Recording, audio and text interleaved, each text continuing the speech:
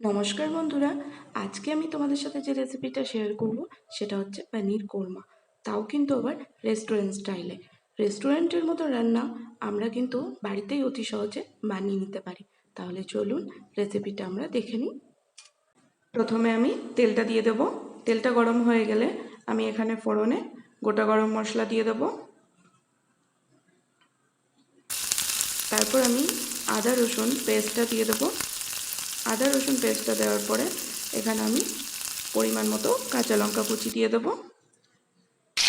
দিয়ে আমি এটাকে 2 থেকে 3 মিনিট ভালো করে ফ্রাই করে নেব।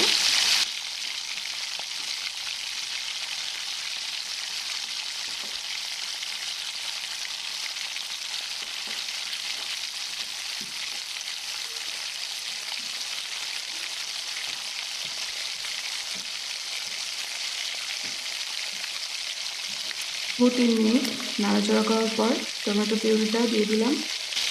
টমেটো পিউরিটা দিয়ে ভালো করে একটু মশলাটা কষিয়ে নেব।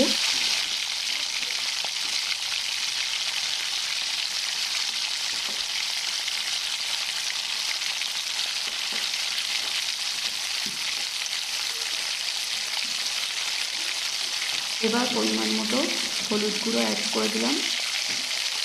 আরও একটু হলুদ গুঁড়ো দিয়ে দিলাম। এর মধ্যে দিয়ে দিলাম ধনিয়া পাউডার আর রেড চিলি পাউডার।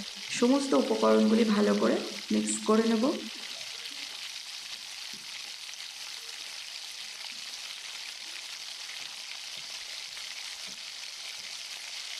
এই পনির কোরমাটা কিন্তু তোমরা লুচি, পরোটা বা ফ্রাইড রাইসের সঙ্গে সার্ভ করতে পারো। আশা করি খুব ভালো লাগবে। দেখো এখানে আবার আর একটু রেড চিলি পাউডার অ্যাড করে দিলাম। এরপরে আমি পরিমাণ মতো নুন অ্যাড করে দেবো।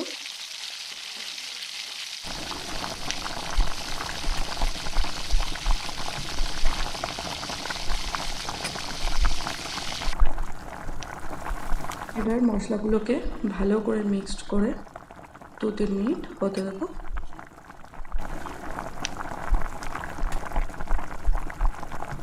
মশলাটা কিন্তু ভালো কষানো হয়ে গেছে। দেখো মশলা থেকে তেল ছেড়ে দিয়েছে। এর মধ্যে দিয়ে দিচ্ছি গরম মশলা গুঁড়ো।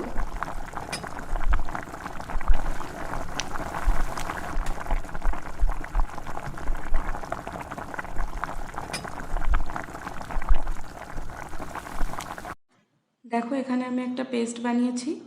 এর মধ্যে আছে কাজু বাদাম, টক দই, ফ্রাই অনিয়ন। ভালো করে পেস্ট করে এর মধ্যে দিয়ে দিলাম।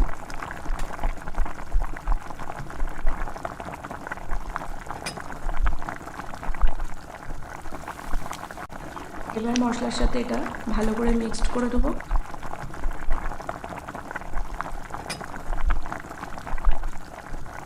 দেখো মশলার কালারটা দেখো কত সুন্দর এসেছে।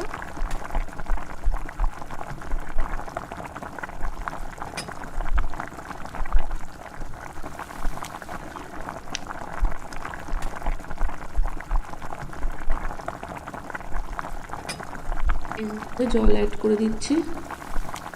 এখানে কিন্তু আমি সামান্য পরিমাণ জল দিয়েছি, বেশি জল অ্যাড করবে না। এবার এর মধ্যে ফ্রেশ ক্রিম অ্যাড করে দিয়েছি। এখানে মোটামুটি 400 গ্রাম ফ্রেশ ক্রিম আছে। ফ্রেশ ক্রিমটা দেওয়ার পরে কালারটা কিন্তু দেখো একদম চেঞ্জ হয়ে গেছে।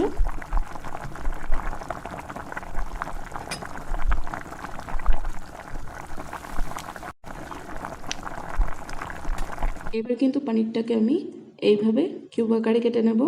আমি কিন্তু পনিরটাকে ফ্রাই করব না, কাঁচা অবস্থাতেই কিন্তু গ্রেভির মধ্যে দিয়ে দেবো। অন্যদিকে আমি ধনে পাতাটাকে কুচি করে গ্রেভির মধ্যে দিয়ে দিচ্ছি।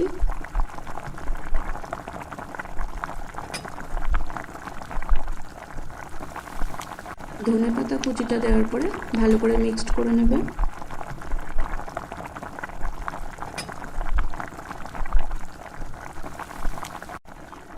দেখো পনিরের টুকরোগুলোকে কিন্তু আমি এর মধ্যে অ্যাড করে দিলাম।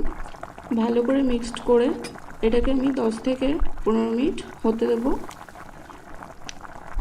পনির কোরমাটা কিন্তু আমাদের রেডি। লাস্টে আরও একটু কসুরি মেথি দিয়ে আমি এটাকে নামিয়ে নেব। রেসিপিটা তোমাদের কেমন লাগলো কমেন্ট করে কিন্তু অবশ্যই জানিও। ভালো লাগলে একটা লাইক করে দিও আর আমার চ্যানেলটাকে সাবস্ক্রাইব করে দিও।